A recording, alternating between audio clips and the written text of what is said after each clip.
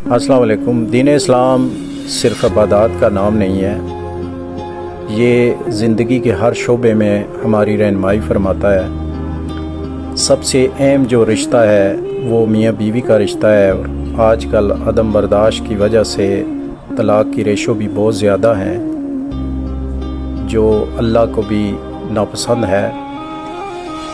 कुरान में इसकी सलूशन 12 जगह पर बताई गई है। सूरह निसा में है, जिसका तर्जुमा है, अगर किसी औरत को अपने खावंद की तरफ से बेरुखी का अंदेशा हो तो मियाँ बीवी पर कुछ गुनाह नहीं कि आपस में किसी करारदाद पर सुलह कर लें, और सुलह खूब चीज़ है।